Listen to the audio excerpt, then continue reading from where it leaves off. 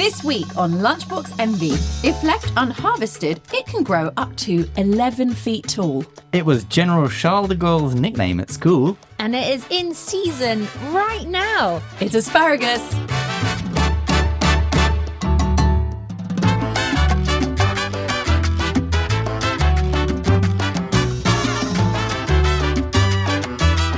Hello and welcome to Lunchbox Envy. I'm chef and food writer Rosie MacKean, and I'm here with two of QI's very finest elves, Manu Henriot. Say hello, Manu. Hello, Manu. And Jack Chambers. Say hello, Jack Chambers. Hello, Rosie. How are you doing? Oh, very well, thank you. Thought I'd do it a bit differently today. Just shake it up. Shake it up. So this, lots of things are in season when we record, but I find asparagus season the most exciting because it's the one I've really lent into. I don't eat it for the rest of the year, even though you can get it imported from other countries. With you. I don't like picking up a packet and seeing Peru on it. No offense to Peru. Especially when we grow such good stuff here. I know. But it's also, I think maybe it's because of the season, because apples come out in autumn, late summer, whereas this is like the coming of spring. It's one of the first exciting vegetables you get after the hungry gap. It's in season from late April, would you say, or mid-April to the end of June. Exactly. I was reflecting on what is it about asparagus? I think it is probably because of its short season, very much so. Scarcity just breeds such excitement, as you said, and you wouldn't find half the green veg that we can get in this country on menus as prolifically as you find asparagus at this time of year. Tom, my husband, was like, why is asparagus always on a breakfast menu? And I was like, it's a good question. You don't get a broccoli spear with your breakfast, but you will get asparagus. And it's also, I think, really because of dippability. It's a fantastic dipper. I never thought about that. It's a very functional vegetable. It's quite turgid, isn't it? Is it a vegetable? It is a vegetable. Oh my God. Even though vegetables aren't a thing. This is true. Perfect. It's a perennial. Okay. That can live for 15 to 20 years, which is a really long time. Older than my cat. Yes. Do you have a cat? No, but he died when he was 17. Oh, right. Sorry. So he lived older. But they take a really long time to mature. So it takes about 2 to 4 years for them to mature enough to start sprouting. And then the way they grow is so stressful. Sorry, which, by the way, is one of the reasons they're quite expensive is because if you have to invest, you have to have a basically unproductive land for 2 or 3 years before you can start making a profit. And they also stop making viable shoots after 2 or 3 seasons. So then you have to start all over again. Yeah. So at any one time, an asparagus farmer will have roughly half his land not making asparagus. In East Dulwich, a bunch of asparagus set you back 10 quid. What? Yeah. I'm not kidding. That's mad. And I think that's one of the reasons it's so sought after is because it's got that sweet spot of expensiveness and also the limited edition because you can't get British asparagus in, say, October. Because it's more expensive than broccoli, a bit prestigious, but it's not out of the range of everyone. It is very expensive for vegetables, but vegetables generally aren't as expensive as meat or caviar or gold. It's a treat vegetable. Yeah, you're not eating it because you're like, oh God, I got to eat a vegetable. You're eating it because you're like, asparagus, that's a treat. Like, yummy. I was going to say it's really good for you as well. Is it? That was my next question. The top 10 vegetables, I've been doing a lot of listicle vegetable research, but it always comes up as one of the healthiest, most nutrient-dense veg there is. Tell me more. Watercress is the healthiest one. Is it? Yeah. But asparagus is at least 5 or 7 on the list. It's very scientific. So what's so good about it? It's just got all of your lovely minerals and vitamins, like your A's and your C's. I'm just listing healthy things, but it's basically you can eat, say, lettuce, which is just water and fiber and it's not really it's not bad for you, but it's not particularly good for you. Yes, I read it takes 500 iceberg lettuces to count as one as your 5 a day. Okay, well, I've been fooling myself for a few years then. I think it's fiber. It is good, and water is good for you, but it's not roughage. Exactly. Whereas asparagus is actually going to fill your body with happy, healthy things. Good. And especially if you cook it with butter, very similar to carrots, it's going to help you absorb the those. nutrient uptake. Exactly. Thank you very much. I feel vindicated. I actually gave some to my son today for his lunch. He didn't love it, but that's fair. I'm looking forward to some very stinky nappies later. We are coming on to that one. Does anyone know etymologically where this word is from? Yes, it comes from the Roman word for sprout. I think it's got a little little bit of a confusing etymology because we think confused. it can come from the verb to sprout or to spring up, but it might just be like a kind of nice story. Etymologists are always looking for reasons why, and sometimes there's not really a reason why. I just think it's a very fascinating word. I also think it would be a great boy's name, nickname Gus for short. Ooh, Asparagus. I like it. Yeah. If I have a son called Gus, I will name him Asparagus. I mentioned in the intro that General de Gaulle is basically the most prestigious and famous 20th century statesman of France. Like the national airport in Paris is named after him. He was known as Le Grand Asperge, which means the big asparagus at military school, because he was 6'5" and incredibly like lanky and quite sort of stiff. At the military school, where he was also called the big asparagus, as an initiation, one had to measure the length of the courtyard with their own body as a yardstick, and he did it in double quick time because he was 6'5". Wow. Funny. We haven't done a pure vegetable in a while. It's nice. I'm pleased we're doing this. Yeah. And it's so attractive as well, isn't it? Isn't it a very fascinating looking thing? Quite unique. I feel like it's a very painted vegetable. Oh, it is. It is. We covered this, the Dutch still life portraiture of the 16th and 17th century. Asparagus pops up all over those paintings. Exactly because it was quite a fancy and expensive vegetable even then. It looks like a paintbrush, yeah. I wonder if anyone has ever done any asparagus art. You know what? I did look up whether people painted with asparagus as a paintbrush and I couldn't find anything. So someone should start. I think is a beautiful idea. Would be an expensive painting though. Getting through those asparagus brushes pretty... Would you cook them first? Don't you want brushes of different like wobbliness? Oh, yeah, and Maybe you'd need to textures? cook a few. Just on harvesting, again, I've watched so many videos of people picking asparagus now. Really? Have you seen the kind of range of techniques? No. So there's the classic like... I don't even know what it looks like when it's growing. So it depends what variety you're growing, which I'm sure we'll come on to, but the standard green one, the one you see most in the supermarkets, it will grow in kind of like a long row in the ground and then randomly sprout up.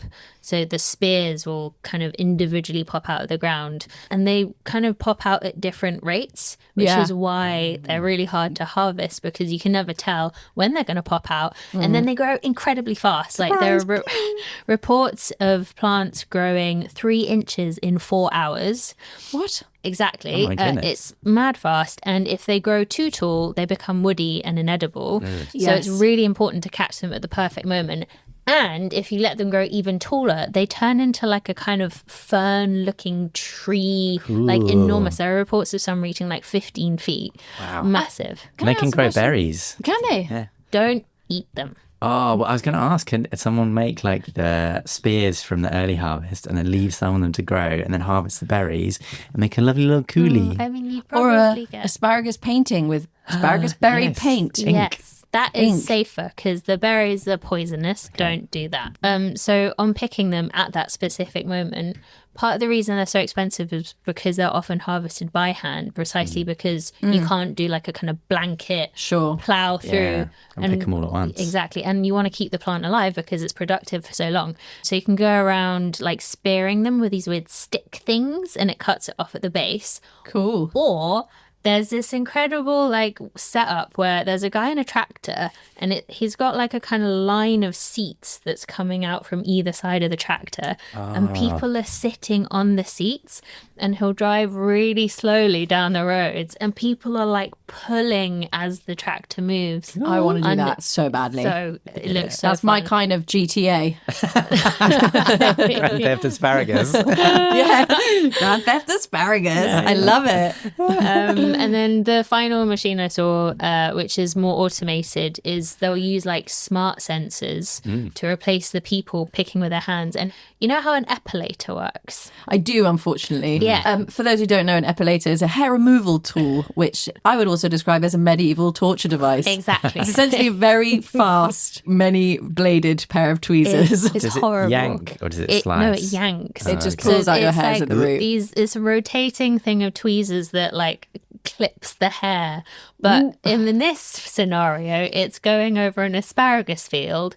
And when one part of the blade sees a ready asparagus, a little arm with the tweezer pops out and grabs it and comes back in. It's so cool. And that's not what an epilator does. I mean, It's a bit more barbaric, yes. A smart epilator would notice I was the just hair. about to say, it feels like maybe AI would be quite useful in the asparagus Well, that is picking. exactly what this tech relies on. Right. It's like, Machine learning. Yeah. Asparagus intelligence. Oh, God. Can I ask how there is so much... there's white asparagus, there's purple asparagus. I can see on this asparagus spear in front of me that it's going purple. Why is there so much variant in colour? My suspicion, just before you start, I like to posit a theory and then be told I'm wrong. Asparagus that's white is grown underground, right? Because Exactly. it doesn't create chlorophyll, so it doesn't go green. What about the purple stuff?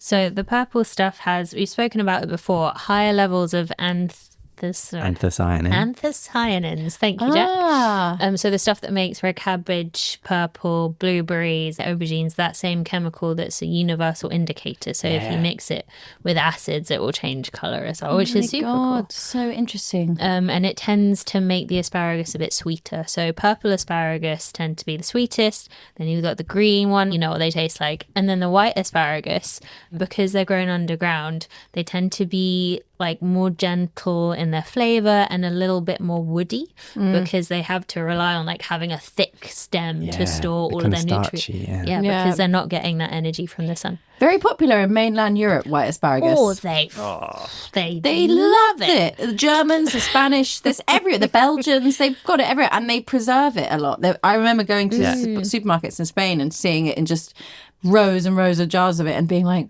interesting. That's your favourite, is it?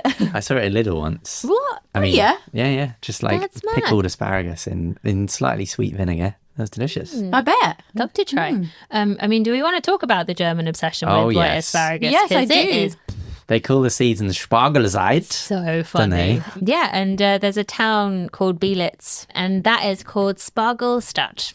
Spargelstadt, which is asparagus town. And I want to live there. They host one of the many asparagus Oh, yeah. festivals. Is that on in the Germany. Asparagus Road by any chance? What is the asparagus road? It's basically just there's a kind of rough area, a belt across middle Germany, whereby there's lots of these towns that have asparagus festivals. There's lots of farms around. It's a bit like in Britain, we have the Vale of Evesham in Worcestershire, which is basically, location 0 for asparagus growing. Oh, okay. And apparently the best asparagus in the country grows it's in Worcestershire. Oh, I didn't realise. Yeah. I thought Yorkshire claimed that. They like to claim all the slow Yorkshire likes to claim veg like everything, rhubarb and asparagus. There's definitely the Yorkshire Triangle, the rhubarb triangle in Yorkshire. Yeah. That is a thing. Just on Germans and white asparagus, very similar to the mangoes research you guys did. yeah. They grow the most white asparagus in the world and But they don't export it. They don't export it. They also import more white asparagus from other countries. I read that. They must be very healthy people. Well, they also eat a lot of pork and beer. With, a lot of Yeah. processed meats. You but can the- make an asparagus hot dog. Oh, wow. Like a vegan version. Yeah, if you wanted to. But I was going to suggest Just combine the two. breadcrumb it, deep fry it, and do like a really delicious mayo. I'd eat that. that sounds good.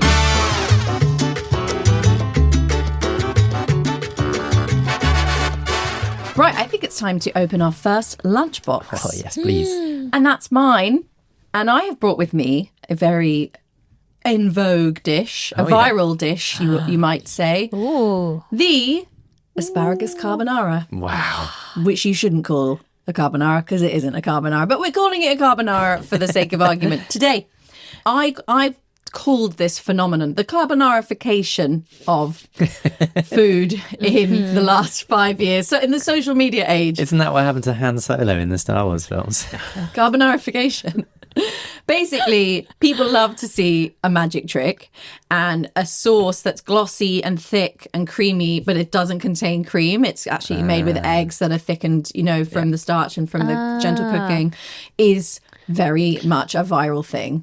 But asparagus seems to be a very popular choice as an alternative carbonara, probably for a lot of the reasons we've already said. It's very delicious.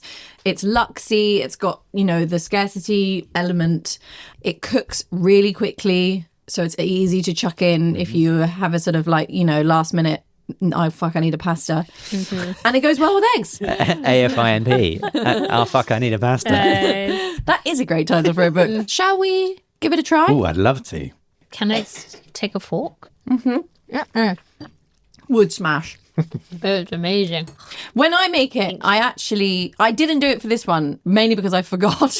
But I actually make this with anchovies and garlic in it, which means it's so far away from a carbonara, you definitely can't call it a carbonara. So good. But essentially, this is a normal carbonara base. So I've put 3 egg yolks, mixed with salt and pepper and lots of cheese. I actually use Parmesan today because that's what I had in the fridge, but pecorino is maybe a little bit more traditional, arguably. And then what I did was I cooked the spaghetti, I tell a lie, linguine, and in the last 90 seconds, I added some halved asparagus spears, halved lengthways, ladies and gentlemen. Say, they're not halved in the way I'd expect. Well, because this way you always get a tip. Am I right? And also, as we all know, the rule of green vegetables is that if you put green vegetables in something unhealthy, it makes it healthy. The reason why I brought it in is absolutely nothing to do with it being a delicious pasta. It's because if this was made in a restaurant, they would not put the asparagus in at the last minute. Oh. They would have pre-blanched them. And I thought, given that asparagus is a quintessential green vegetable, it would be a good opportunity to talk about how to cook green vegetables. How do you cook your green veg? Like, are you a boiling person? Are you a steamer? I love a microwave. You microwave. Yeah, I'm a very big good. microwave gal because it's quick and I'm very lazy. And we learned that the nutrient stays in the veg. The nutrients. That's true. It's true. Depends on the veg, but either boil or steam. I personally don't steam very much. I'm very much a boiling person. Mainly because with steaming, I just can't be asked with the extra washing up because there's 2 pieces of equipment, I see right? what you mean, the steamer and Well, the there's pan. actually 3 because you have to have a lid on. And that's the bit I don't like the most is Not the fact washing that... the lid. No, but it's the fact that I can't use my eyes to see it. Oh, like, yes. you have to lift the lid, which interrupts the process of steaming. Yeah. It feels quite inexact to me. It's like baking. You just have to trust that the timings work. Exactly. And that's just not how I like to roll. So for me, I'm very much a boiling or indeed blanching girl. So blanching is when you cook a vegetable, typically a green vegetable, in boiling water, and then you refresh it in a bowl of iced water. Oh. This is an incredibly popular, dare I say it, it's Bible. It's the way you cook vegetables in restaurants. It's also the term for how you make white asparagus. Is it? Tell me more. Blanching. So it comes from the French blanchir. But oh my god, that was blanchir. Is it a Dutch word? From the French blanchir, to make white or to turn pale. And we think that might have something to do with the fact that people used to, and still do, like remove the outsides of almonds by boiling them. Oh, yeah. So they become really pale. White. Yeah, and then the scientific term for it is etiolate. I've heard of etiolation, actually. Yeah, which is from the French étioler, which is also linked to blanch, to make white. Oh, so it's the same. Interestingly, the reason why you blanch green vegetables is not to make them white, it's to reserve their green or to protect their green colour. There was a couple of old wives' tales, which I'm going to debunk now, about blanching, is that one of them is that you needed salt in the water to hold the colour. That is fundamentally not true. It's nothing to do with salt. That will hold the nutrients in, though, won't it? Because it's, say if you got like an amount of happy, healthy minerals in your veg and you've got salt in the water around them. Basically prevent the molecules from... Oh, that's so interesting, because then the health food police are like, don't salt anything. And you're No, like, you actually, should- babe, it's good for you. Osmotic gradient. Salt does also raise the boiling point of water minimally. And that's why it may be contributed in someone's mind to the better colour, because it made it hotter and it meant that the water came back to the boil quicker when you add your vegetables. Because, of course, when you add cold, assumingly fridge cold vegetables to a pan of boiling water, it will come back to the boil slowly. But if there's salt in there, it will come back slightly quicker. This is why I'd love to try like altitude cooking. Because, we talked about how you can't make a good cup of tea up a mountain because the water boils at a colder temperature because the air pressure is lower. What happens if you like blanch vegetables by the Dead Sea, which also is full of salt? One thing that I love, a chef tip that I learned quite recently from my friend Ben Lippett, who is a really, really brilliant chef. is that if you're not cooking vegetables, you may have heard that it's good practice for raw green veg to put them in some ice water so that they stay crisp right before you serve them. Before you've cooked or after? If you're not cooking them. If you're not. Yeah, if they're staying like raw. So this crudité, could be anything. It could be salad leaves. It could be cucumber. It could be... I love asparagus raw. It's delicious. Shaved asparagus, spring onions. You can season your iced water. No way. So it's actually a really nice way of gently seasoning raw veg. It will make those vegetables taste better. They won't taste salty. clever. They'll taste more like themselves. And then there's just another little old wives' tale. I don't know if you ever heard this, but some other people thought that you couldn't put a lid on the pan while you were boiling vegetables because that would make them go brown. Because the devil will get in or something. Yeah, incorrect. It actually helps massively because obviously you bring things to the boil much quicker if there's a lid on. Yeah. I save thought you energy. hated lids, though. I'm getting mixed lid messages. Well, that's a I- personal opinion as opposed to depends. scientific facts, right? I'm a lid. Listen, I like lids. Clear that up. I like lids when I need to work fast. Okay. But I don't like washing up lids and I don't like not being able to see in the pan. So when I'm cooking, if I have used my lid to the point where it's like I've brought it back up to the boil nice and quickly, that lid's coming off. It's not going back Yeah, on you don't unless put it back I on. really don't want any liquid to evaporate. Let's say it's a braise where a lid is actually really important because if you don't have a lid on a braise or some kind of cover, you will potentially lose too much liquid in the cooking process because it's slow. Okay. Asparagus, I think, is a real gem of a green veg because it works so well being cooked in other ways. My favorite way with asparagus is none of these is actually roasting it in the oven. Yeah. Just drizzled in a bit of olive oil, salt and pepper. It roasts up so well. And grilling as well is delicious. Bit of grilled asparagus. A bit annoying because it does tend to fall through the old Yeah. grills. But Turn it if 90 got some, degrees. you've got some really fat asparagus. And as you said, marinating or pickling, fantastic, very delicious. You also said raw, which I don't know if I've yeah. had. You've not had raw asparagus? Oh, it's delicious. People So- in America pick raw wild asparagus when they see it in like the verges. Manu, why don't you try a bit of that asparagus that we've Oh got yeah, there? now's your chance. Ooh, I will. Just the tip. Oh, what's the verdict? I mean, you're eating it like completely neat, Unsure. no That's dressing. raw dogging is Yeah. It's like, have you had raw broccoli? It's giving the same, like, this needs salt. Salt. It yeah. needs salt. Everything needs salt. It's very nice. Also, I had a question about snapping. Yes, the good question. I was taught you snap asparagus like this to remove the woody end. the idea is that you would get the spear and then you would bend it from either end, and the point at which it snaps delineates the woody stuff on one Yes. side and the edible stuff on the other. Yeah, but sometimes basically it depends on how old your asparagus is, and Yeah. you And it might depends on you your might snapping end too. up Yeah. wasting a bit.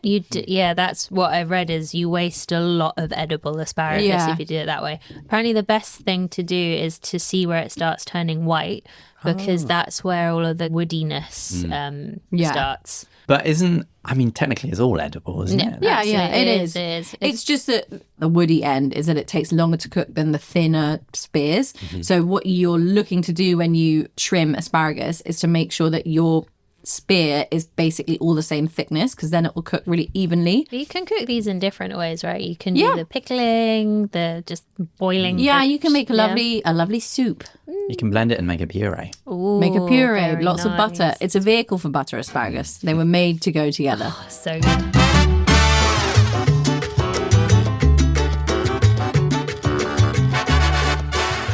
Okay, shall we move on to our second lunchbox then? Let's do it. Jack, we turn to you, our asparagus king. So I have brought for you guys today the ancient Roman recipe for asparagus patina. Ooh. And I've actually made it.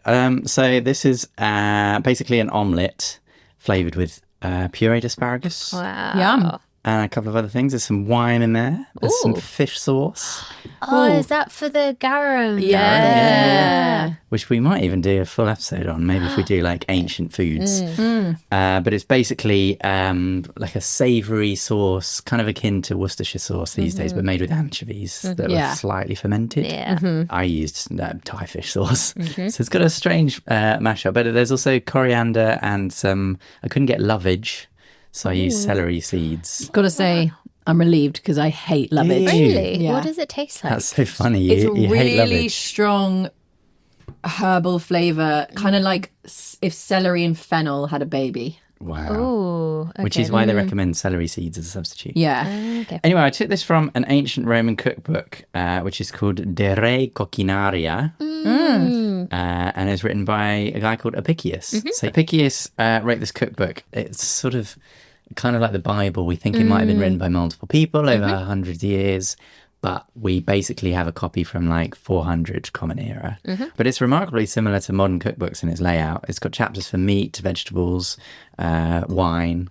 And actually, the chapters roughly translate as Epimeles, the diligent, Sarcoptes, the butcher, Sepuros, the gardener. So they're kind of like split up into like the bird or the diligent. Yeah. I think the diligent are the sort of the preparation or Yeah. long-winded dishes. Okay. And there's one called the sumptuous, which I quite like.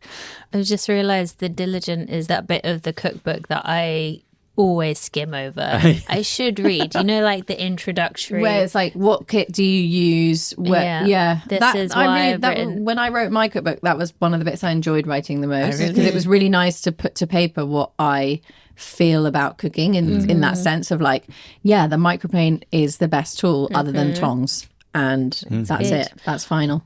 There's no pictures in that bit though, which is why I skip it. You're very bored by that bit. Yeah, understandable. Yeah.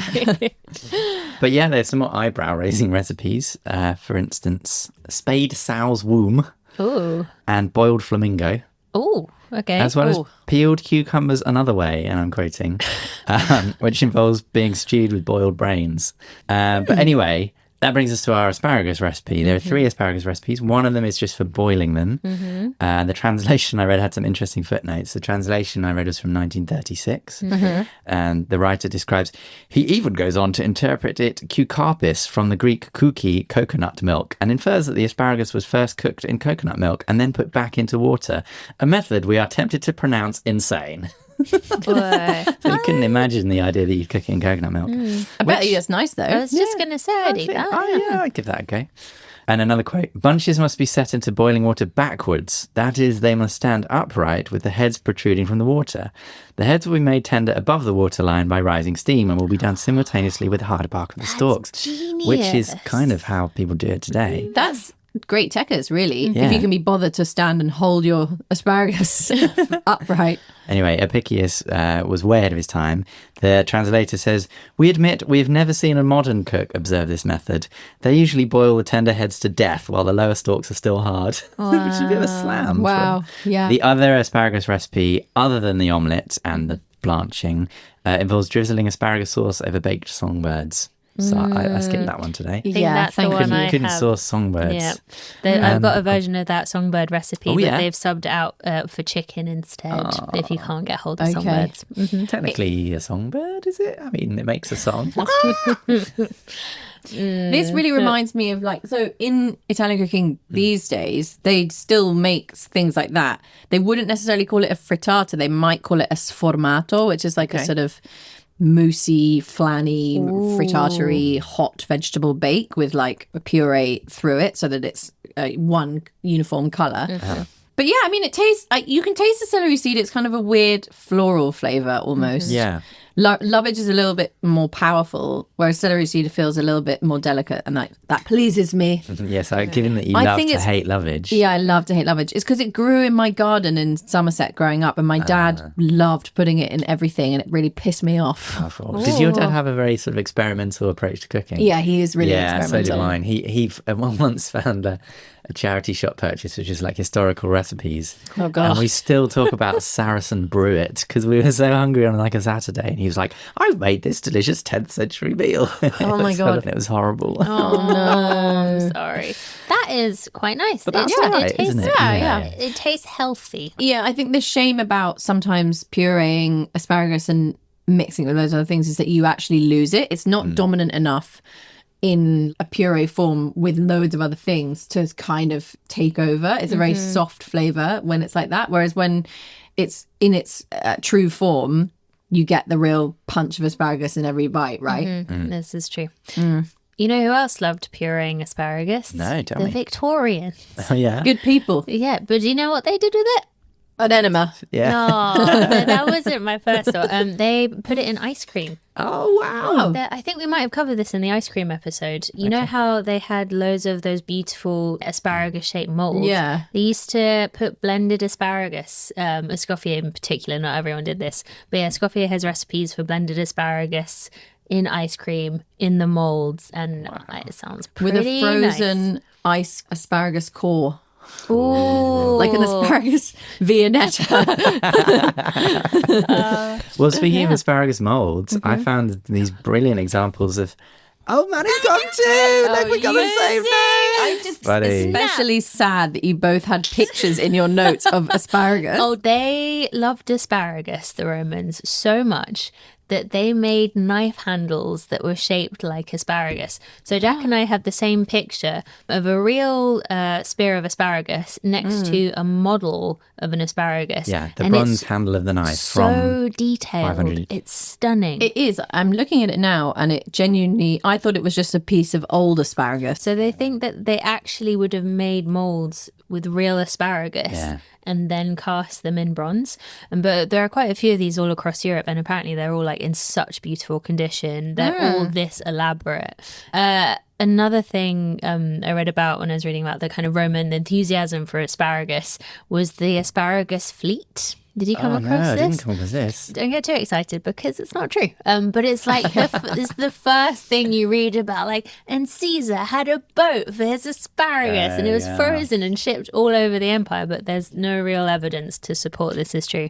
But they obviously did love the vegetable. Like, It grows in Italy. There's wild asparagus as well, which looks quite different to this asparagus that we see here, which is it's much thinner and sort of bendier, and almost like a grass, like a thick grass. Yeah. And it's delicious. Very, very good. nice. Well, Emperor Augustus used the phrase faster than cooking asparagus to mean something that's done double quick time. Love So he'd be that. like, I'll invade and take over Gaul faster than you can cook asparagus. And did he?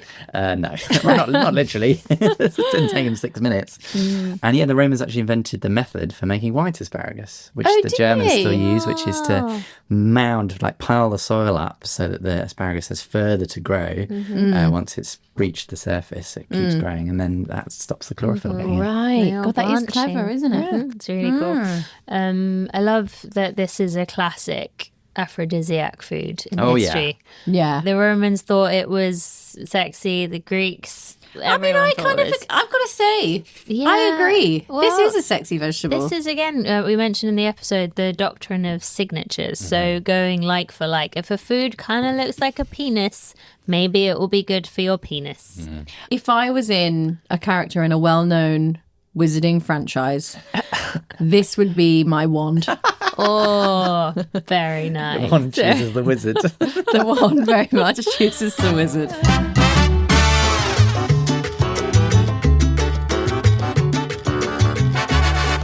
It's time for our third and final lunchbox, and I'm guessing it contains asparagus. Is that right, Manu? Oh, you'd be so wrong. Oh, no.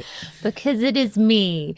I have brought a fart in a jam jar. Oh my God, whose fart? I wanted to talk about a letter that Benjamin Franklin drafted to the Royal Academy of Brussels in 1781. Okay. And he was basically asking them to make farts smell nice. Okay. He says, For the benefit of all humanity. in this letter, my prize question should be to discover some drug wholesome and not disagreeable to be mixed with our common food or sources that shall render the natural discharges of wind from our bodies not only inoffensive but agreeable as perfumes. Wow.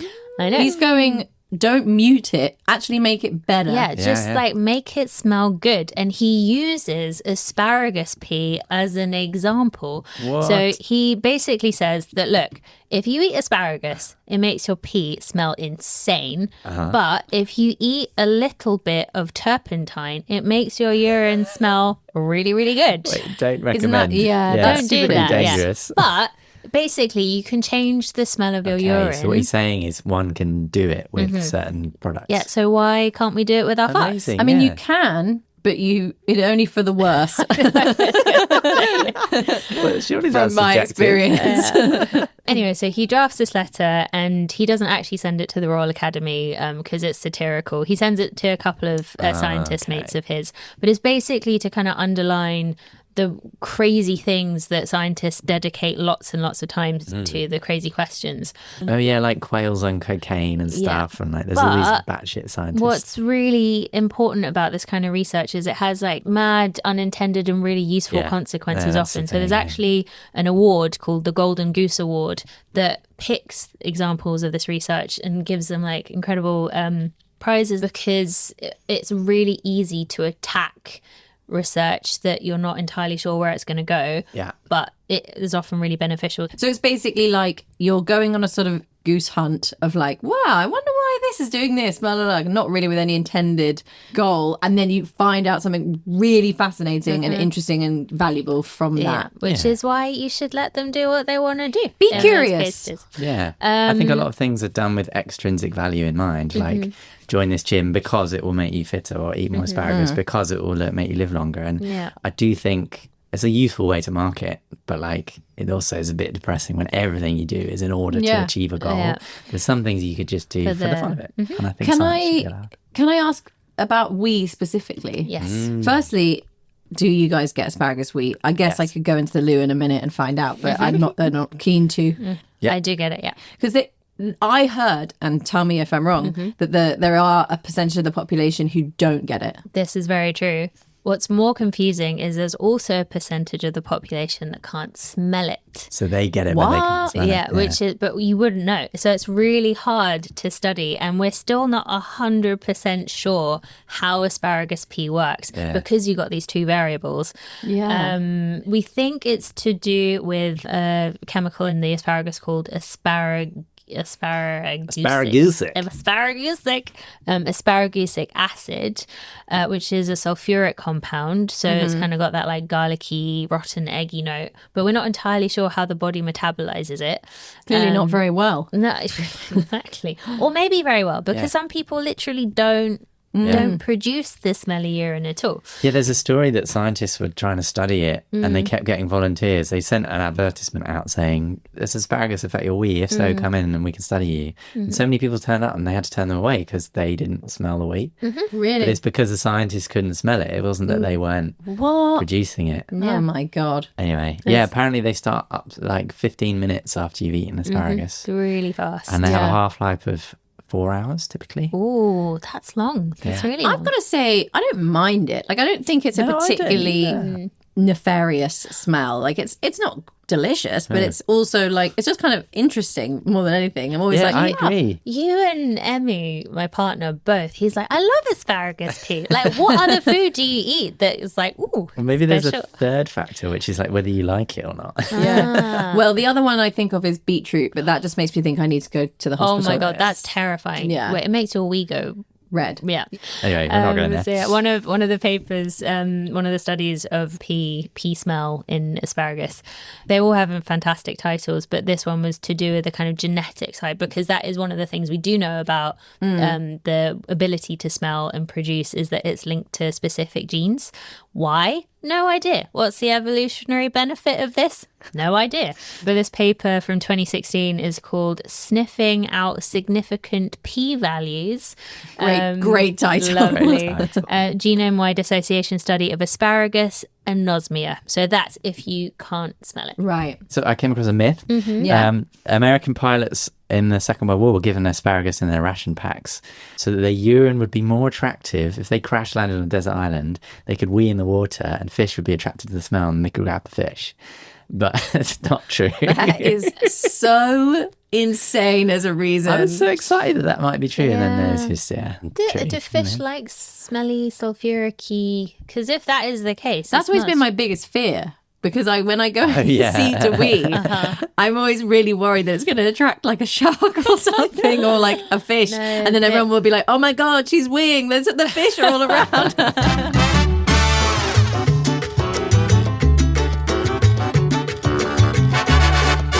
That that's it for this week's edition of Lunchbox Envy. You can follow our socials for foodie facts and podcast updates. We are on YouTube, Facebook, Instagram and TikTok at Lunchbox Envy Pod. You can also get in touch and send us your facts, recipes and questions by emailing us lunchbox@qi.com. Rosie, any passing recipes to recommend? Yes, my asparagus with eggs, garlic and anchovies carbonara-esque pasta is on my Instagram page at Rosie MacKean Pasta Queen, so you can make it too. Nice. Oh, so good. Yeah, we absolutely polished it off. Guys, in what can only be described as kismet, I've just had a notification that I have just been invited to an asparagus dinner, an asparagus party. Oh, no way! To celebrate the launch of the asparagus season. That's so cool. Nice. Is there a dress code? Do you have to wear green? I wasn't aware. I was going to dress as Charles de Gaulle. Very niche. I'm sorry that I don't have any +1s or I'd bring you with me, but... Just report back. Will do. Loved today. Love you both. We'll see you next week. Goodbye. Bye-bye. Bye. Lunchbox Envy was hosted by Jack Chambers, Manu Henriot and me, Rosie MacKean. It was produced by Alex Bell. This has been a quite interesting podcast.